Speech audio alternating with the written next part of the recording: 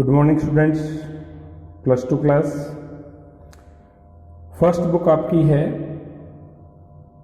मानव भूगोल, जिसका मानव विकास चैप्टर हम कर चुके हैं। सेकंड बुक आपकी भारत और लोग और अर्थव्यवस्था, भारत लोग और अर्थव्यवस्था का चैप्टर है मानव विकास। आज हम इसको करेंगे।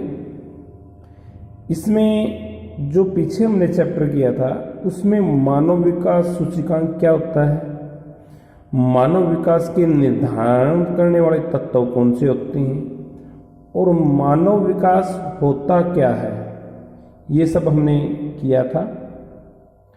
आज हम इसको भारत के संदर्भ में पढ़ेंगे कि मानव विकास में भारत की क्या अवस्था है। तो विश्व के 172 देशों में भारत का 126वां स्थान है मानव विकास में। भारत की जो जन्म दर और मृत्यु दर हैं, मृत्यु दर 8.7 प्रति हजार और जन्म दर 26.1 प्रति हजार व्यक्ति, शिशु दर 70 प्रति हजार तथा जीवन प्रत्याशा 65 वर्ष है। हमने देखा था मानव विकास के अंदर ये सभी के सभी पॉइंट अनिवार्य थे। सबसे बड़ी चीज जीवन प्रत्याशा, जीने की अवधि का जो समय था वो विश्व का 65 था, भारत का भी लगभग 65 ही है।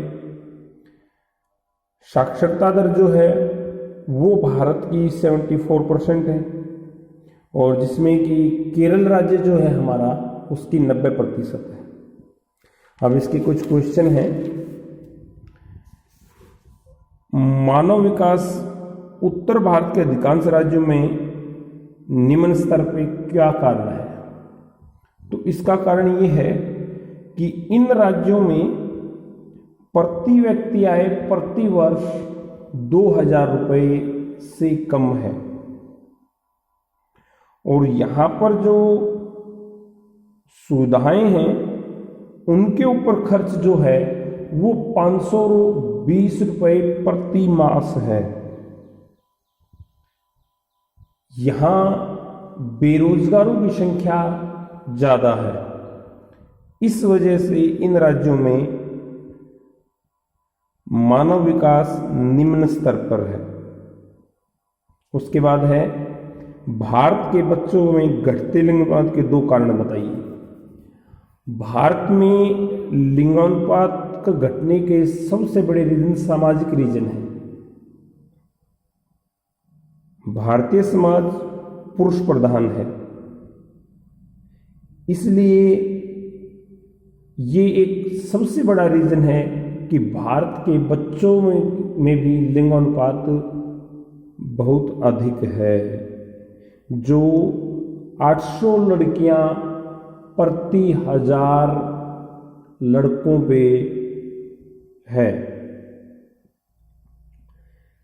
और 0 से 6 वर्ष की आयु के बच्चे में ये लिंगानुपात है। समाज में पुरुषों को अधिक महत्व देना इसका लिए जिम्मेवार है और वैज्ञानिक तकनीकें भी इसमें जिम्मेवार हैं, जिसमें से जो लिंग निर्धारण वाली वैज्ञानिक तकनीक है जिसका हम पहले पता लगाते हैं, लोग पहले पता लगाते हैं, वो भी इसके लिए जिम्मेदार है।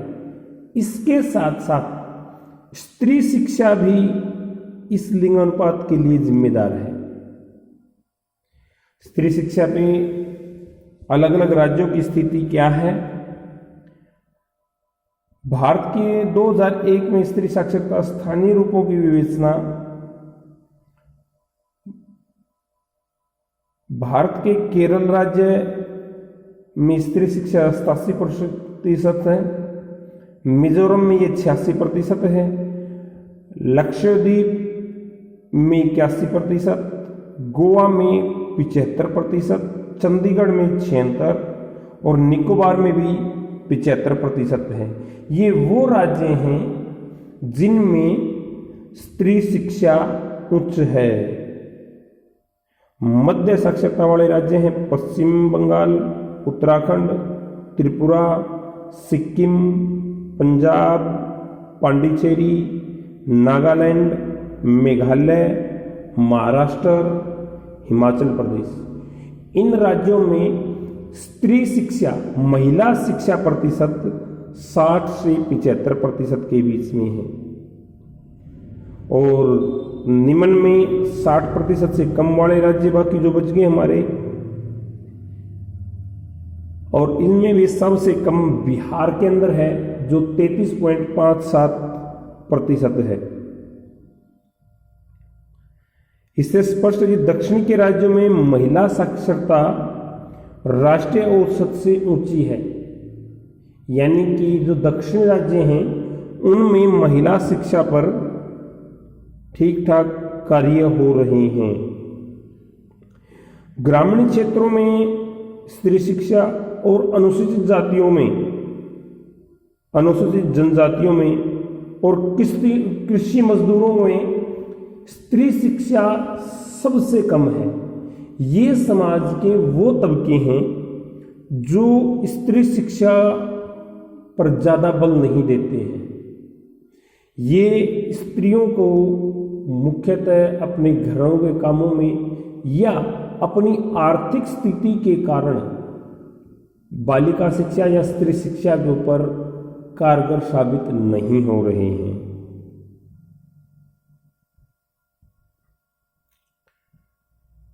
मानव विकास सूचकांक में भारत के राज्यों का वर्णन।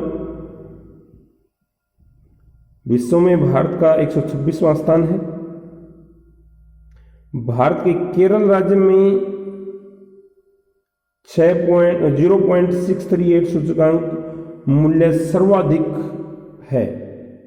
यहाँ का मानव सूचकांक सबसे अधिक है भारत में। अन्य राज्यों में जैसे पंजाब में 0.537, तमिलनाडु में 531, महाराष्ट्र में 0.523, हरियाणा में 0.509। ये सूचित करता है कि इन राज्यों में जीवन के लिए सुविधाएं किस प्रकार की हैं, यहाँ के लोगों का रहन सहन जो निम्न स्तर के मानव विकास के राज्य बच गए उनसे अच्छा है। कहने का तात्पर्य ये है, मानव विकास हमने पढ़ा था, जीवन प्रत्याशा, साक्षरता, चिकित्सा सुविधाएं, ये सारी की सारी वस्तुएं इन राज्यों में लोगों की पहुंच के अंदर हैं। लोगों की वार्षिक आय भी यहाँ पर निम्न मानव विकास सूचकांक वाले राज्यों से अधिक है। साक्षरता दर भी इन राज्यों की अधिक है। आगे है गरीबी की परिभाषा। गरीबी मनुष्य के जो आवश्यक वस्तुएं हैं जैसे सतत विकास, स्वास्थ्य, यथोचित उत्पादक जीवन, इनके अभाव में जो जीवन व्यतीत होता है वो गरीबी का जीवन कहलाता है।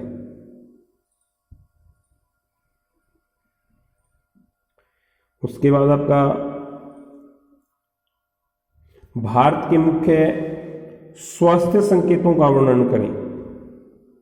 इसमें आपका आ गया मृत्यु दर। मृत्यु दर भारत में तेजी से घटी है। 1991 में मृत्यु दर 25.1 प्रति हजार थी, जो 1999 में घटकर 8.7 तक रह गई। शिशु मृत्यु दर भी 1991 की तुलना में यह 148% से घटकर 70 रह गई है।